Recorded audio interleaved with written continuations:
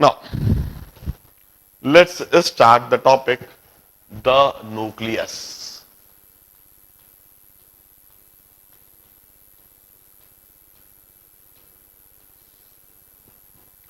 सबसे पहली बात, यदि हम किसी एटम की बात करें, एक एटम की साइज की बात करें, एटम के डायमीटर की बात करें, डायमीटर ऑफ एटम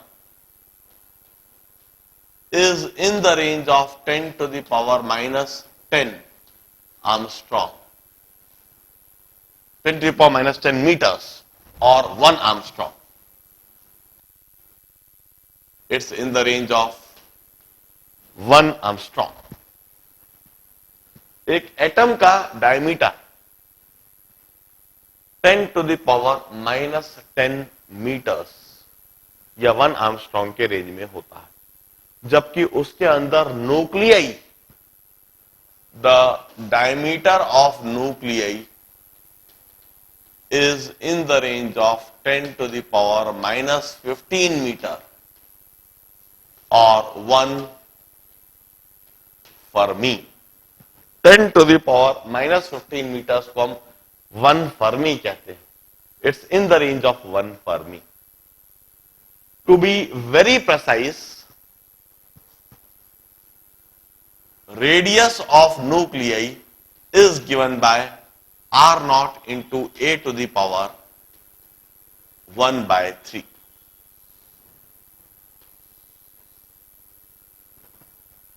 एक न्यूक्लियई का रेडियस होता है R naught into A to the power 1 by 3.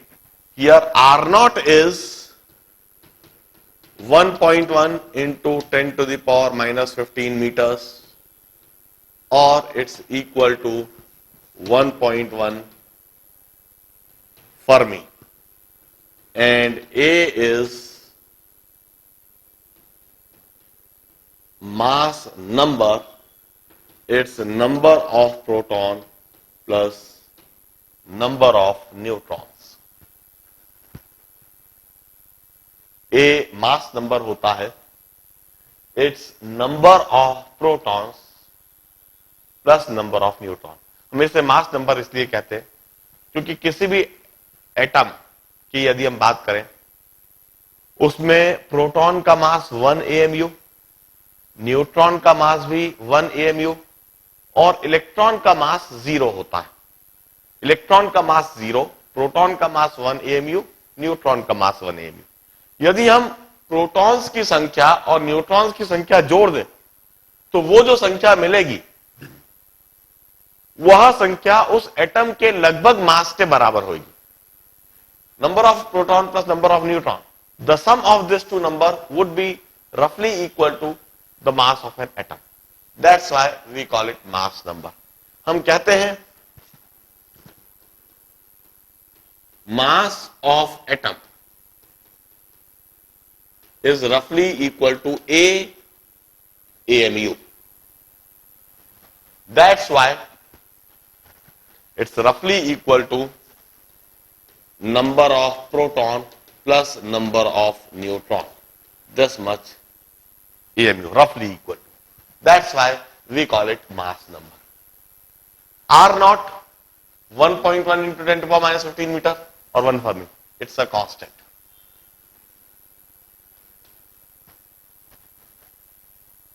From this information, try to conclude how small the nuclei is as compared to atom.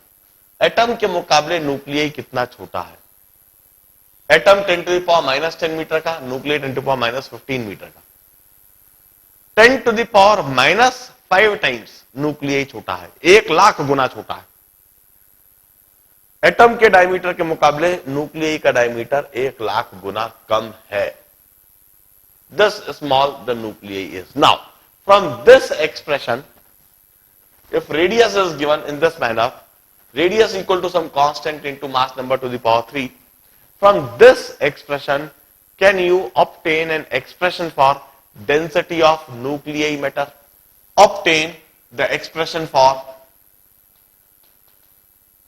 density of nuclei matter. न्यूक्लियई में जो पदार्थ है उस पदार्थ का घनत्व, उसकी डेंसिटी कितनी है, क्या आप न्यूक्लियई की डेंसिटी के लिए एक एक्सप्रेशन ऑब्टेन कर सकते हैं? इसी समय ध्यान रहे डेंसिटी होता है मास upon volume.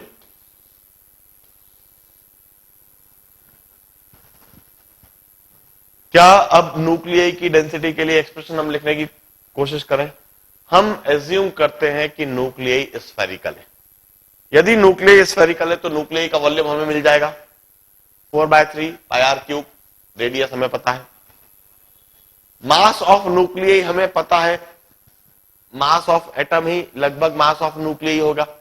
This would be रफली इक्वल टू मास ऑफ न्यूक्लियई, क्योंकि न्यूक्लियई के बाहर घूमने वाले इलेक्ट्रॉन का मास तो लगभग 0 है, नेग्लिजिबल है।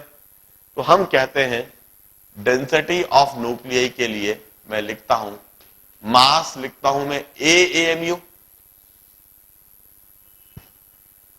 मास लिखता हूं मैं AAMU, और वॉल्यूम में लिखता हूं 4/3 पाई आर क्यूब, और this is equal to AAMU upon 4/3 pi R naught A to the power 1/3 whole cube, or this is 3A AMU upon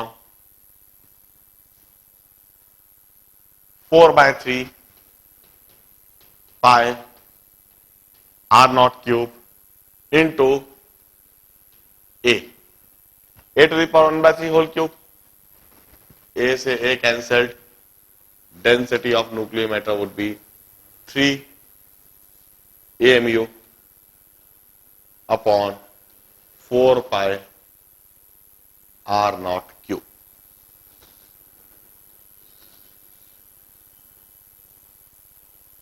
This would be the density of nuclear matter.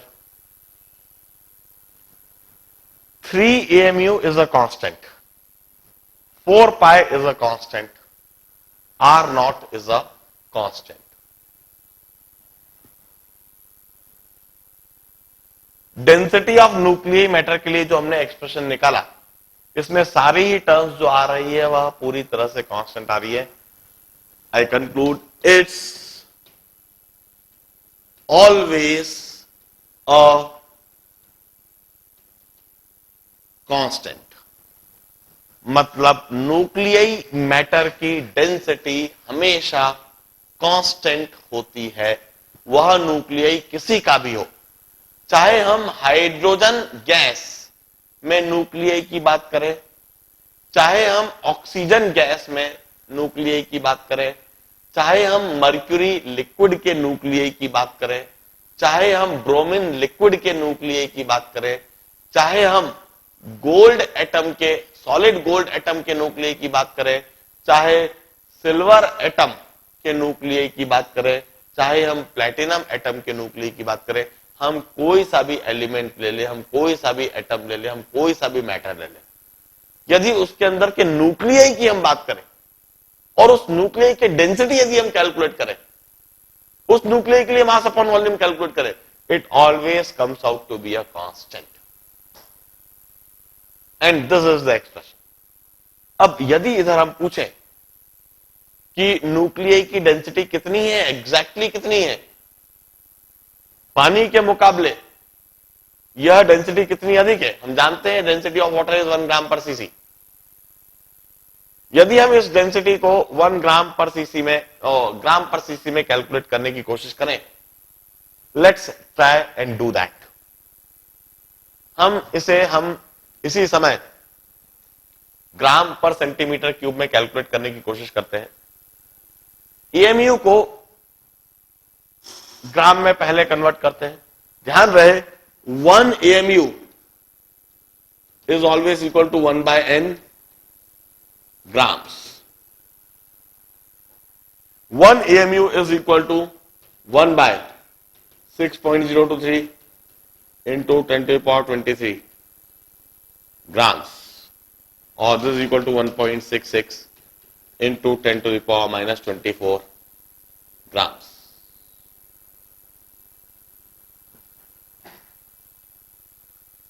और are not हमें दिया ही हुआ है, metre में दिया हुआ है, इसको सेंटीमीटर में लिख देते हैं बस। 1.1 into 10 to the power minus 13 centimetre, यह आर नॉट है।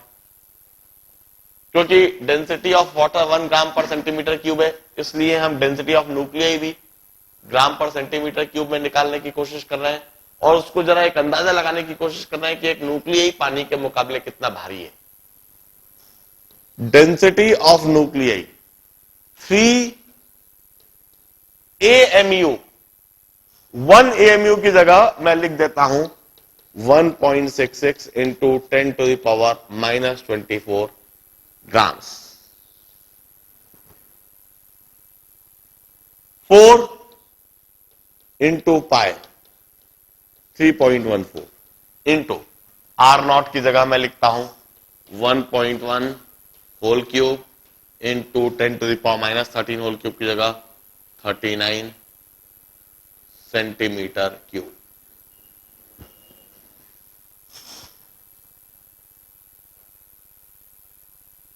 इस तरह से मैंने डेंसिटी ऑफ न्यूक्लियाई के लिए यह जो एक्सप्रेशन निकाला उसमें वैल्यू सब्स्टिट्यूट कर दी। 3 की जगह 3 लिखा रहने दिया। एएमयू की जगह पर मैंने एएमयू को ग्राम में कन्वर्ट करा। 1 AMU is equal to 1 by n grams. N is Avogadro's number. 1 by n means 1 by Avogadro's number 6.023 into 10 to the power 23 grams और 1.6 into 10 to the power minus 24. तो 1 AMU की जगह मैंने उसकी वैल्यू ग्राम्स में लिख दी।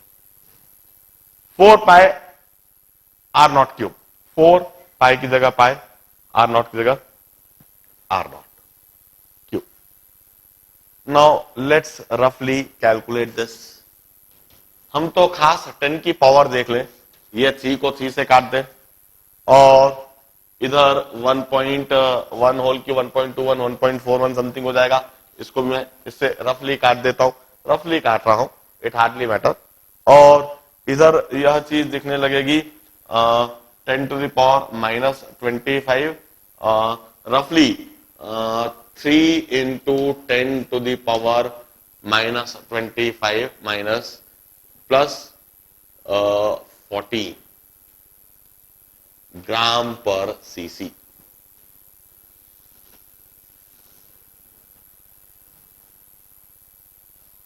मैंने 10 की पावर खास ध्यान दे रहा हूं, 10 की पावर माइनस 25 करा, 10 अलग से देख लिया, माइनस 35 39 प्लस 14 और 10 by 4 2 2.5 2.5 से हल्का ज्यादा 3 रफली। Density of nuclei is nearly 3 into 10 to the power 14 grams per cc. Water की डेंसिटी होती है 1 ग्राम पर सीसी, वाटर की डेंसिटी होती है 1 ग्राम पर सीसी। और जरा देखिए न्यूक्लियाई की डेंसिटी कितनी अधिक आ रही है। It's 10 to the power 14 times heavier than water. एक न्यूक्लियाई पानी के मुकाबले 10 to the power 14 times heavy होता है। Learn all this calculations. अब हमने डेंसिटी ऑफ न्यूक्लियाई मैटर यह समझ लिया। डेंसिटी ऑफ न्यूक्लियाई मैटर के बाद अगला हमारे दिमाग में एक सवाल आ रहा है। न्यूक्लियाई के अंदर सारे प्रोटॉन हैं और न्यूक्लियाई के अंदर ये जो सारे प्रोटॉन हैं इनके बीच में कुछ रिपल्सिव फोर्स होता होगा। प्रोटॉन के पास पॉजिटिव चार्ज है, पॉजिटिव चार्ज यदि पास में रखे हुए हो तो आपस में एक दूसरे को रिपेल करते हैं, उनके बीच में रिपल्सिव फोर्स होता है। Let's try to estimate repulsive force between the two protons in a nuclei. Let's assume Coulomb's law hold. हम ऐसा assume कर लेते हैं कि Coulomb's law hold कर रहा है, और यदि Coulomb's law hold कर रहा है तो एक इलेक्ट्रोस्टैटिक रिपल्सिव फोर्स होना चाहिए प्रोटॉन्स के बीच में। वो लगभग कितना होता है? इसके अलावा प्रोटॉन प्रोटॉन जब एक दूसरे के करीब रहेंगे, दो पॉजिटिव चार्ज जब एक दूसरे के करीब रहेंगे, तो उनके बीच में कुछ पोटेंशियल एनर्जी भी होती है. Let's try to estimate potential energy between them. हम कहते हैं, लेट्स अज्यूम कि एक न्यूक्लियस के अंदर दो प्रोटॉन है और इन दोनों के पास जो चार्ज है वो हम जानते हैं 1.6 into 10 to the power minus 19 coulombs. And let's say the distance between the two particles is 10 to the power minus 16 meters.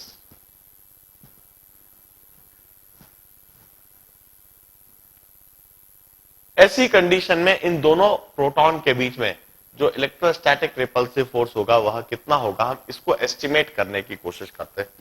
We used to say force is given by 1 by 4 pi epsilon naught Q1 Q2 by R square.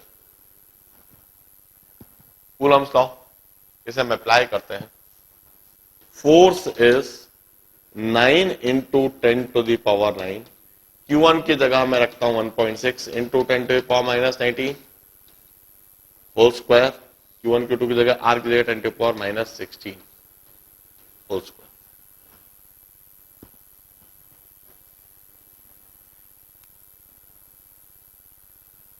जरा रफली हम calculate करने की कोशिश करें. 10 to the power minus 16, 10 to the power minus 19, minus 3, minus 6, plus 3. Force is 9 into 1.6 का square 2.56 into 10 to the power 3 newtons. Or this force is roughly equal to 9 into 2.56, that is nearly 23 kilo Newton.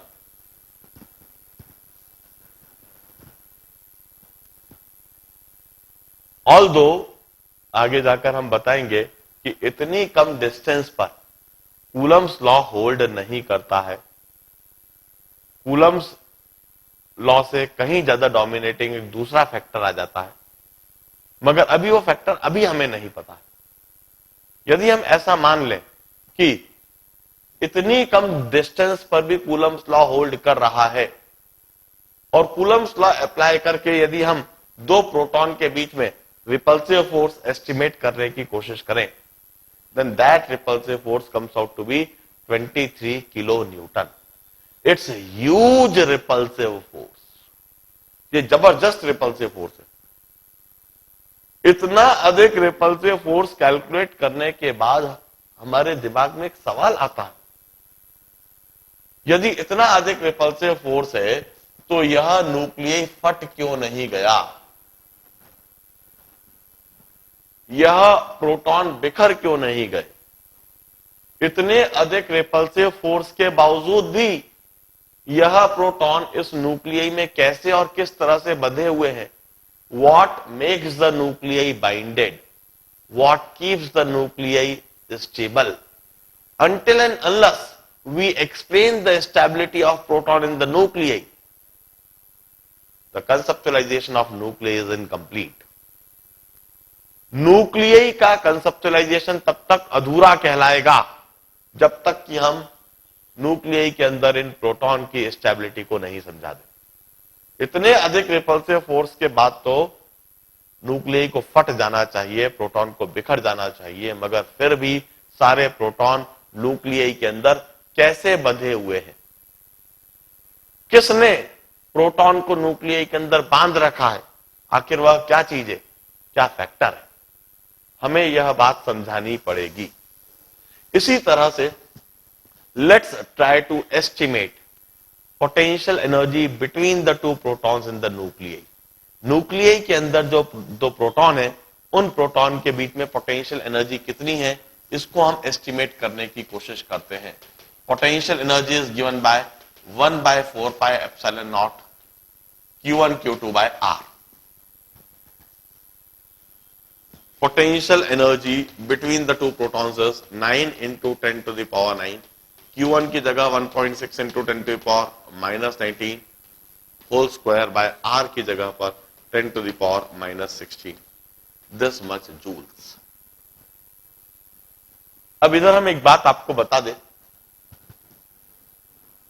ये इतने छोटे छोटे जो particles होते हैं, electron, proton, neutron, न्यूक्लियई, atom, इनकी energy कभी भी जूल्स में नहीं लिखी जाती। जूल्स यूनिट काफी बड़ी हो जाती है।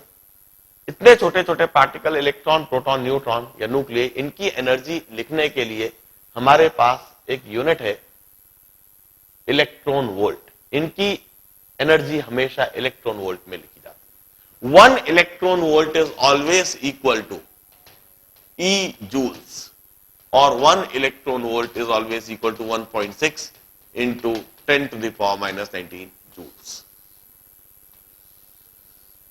इधर भी जो हम पोटेंशियल एनर्जी लिखेंगे वह इलेक्ट्रॉन वोल्ट में ही लिखेंगे। हम कहते हैं potential energy is 9 into 10 to the power 9, 1.6 into 10 to power minus 19, एक तो लिखा रह जाएगा, और एक 1.6 into 10 to power minus 19 joules के साथ में कंबाइन होकर वह इसको इलेक्ट्रॉन वोल्ट बना देगा। हम इसे कैलकुलेट करें, 10 to power minus 16, 10 to power minus 19, 10 to power minus 3, 10 to power plus 6, potential energy is 9 into this is 14.4 into 10 to the power 6 electron volt, or this potential energy is 14.4 mega electron volt. Once again, it's huge energy. ये जो energy हमने calculate करी है दो proton के बीच में, 14.4 mega electron volt, it's huge energy. ये energy कितनी अधिक है इसका अंदाजा हम लगाते हैं, और इसका अंदाजा लगाने के लिए लेट्स रिकॉल हिरोशिमा और नागासाकी। हिरोशिमा, नागासाकी, यह दोनों प्लेस आपने अच्छी तरह से सुन रखी होंगी। They are the two places where the first atom bomb exploded, the first 2 atom bomb exploded. Japan में दोनों जगह, हिरोशिमा पर सबसे पहला एटम बम गिराया गया था अमेरिका के द्वारा, और नागासाकी पर दूसरे दिन एटम बम गिराया गया था अमेरिका के ही द्वारा। हिरोशिमा और नागासाकी पर जो एटम बम एक्सप्लोड हुआ था, उस एक्सप्लोजन के दौरान एक एक न्यूक्लियई से जो एनर्जी रिलीज हुई थी, that was 200 mega electron volt. जरा सोचिए, यदि किसी न्यूक्लियई से 200 mega electron volt energy release होने लगे तो वहां पर एक एटम बम का नजारा बन जाता है। वहां पर भयानक नजारा बन जाता है। अब जरा सोचिए, 200 मेगा इलेक्ट्रॉन वोल्ट के मुकाबले यह 14.4 मेगा इलेक्ट्रॉन वोल्ट, ये कोई स्मॉल एनर्जी नहीं हुई, इसे भी लार्ज एनर्जी कहना चाहिए। यदि किसी न्यूक्लियई में 6 प्रोटॉन हो,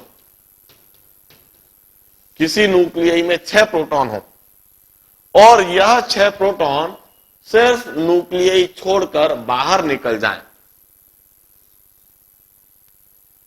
किसी न्यूक्लियई में 6 प्रोटॉन हो और सिर्फ यह 6 प्रोटॉन न्यूक्लियई छोड़कर बाहर निकल जाएं, तो वहां पर 200 मेगा इलेक्ट्रॉन वोल्ट से ज्यादा एनर्जी रिलीज हो जाएगी।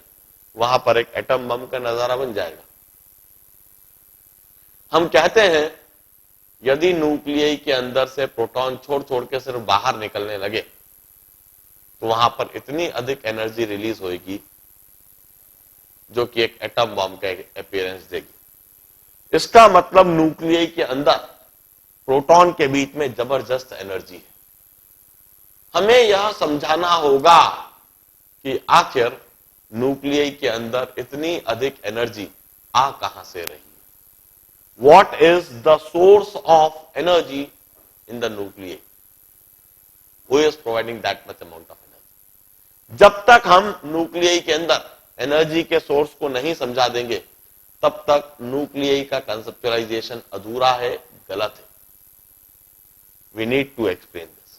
हमें ये दोनों ही बात समझाना है। हम एक एक करके दोनों बात को समझाएंगे। सबसे पहले हम समझाएंगे न्यूक्लियई के अंदर एनर्जी का सोर्स, फिर हम समझाएंगे न्यूक्लियई के अंदर किस तरह से प्रोटॉन इस रिपल्सिव फोर्स के बावजूद भी बंधे हुए हैं। कहां से? प्रोटॉन्स को अट्रैक्टिव फोर्स मिल रहा है, किस तरह से मिल रहा है। अब इस बात को सबसे पहली बार समझाया था अल्बर्ट आइंस्टाइन ने, when he suggested his mass energy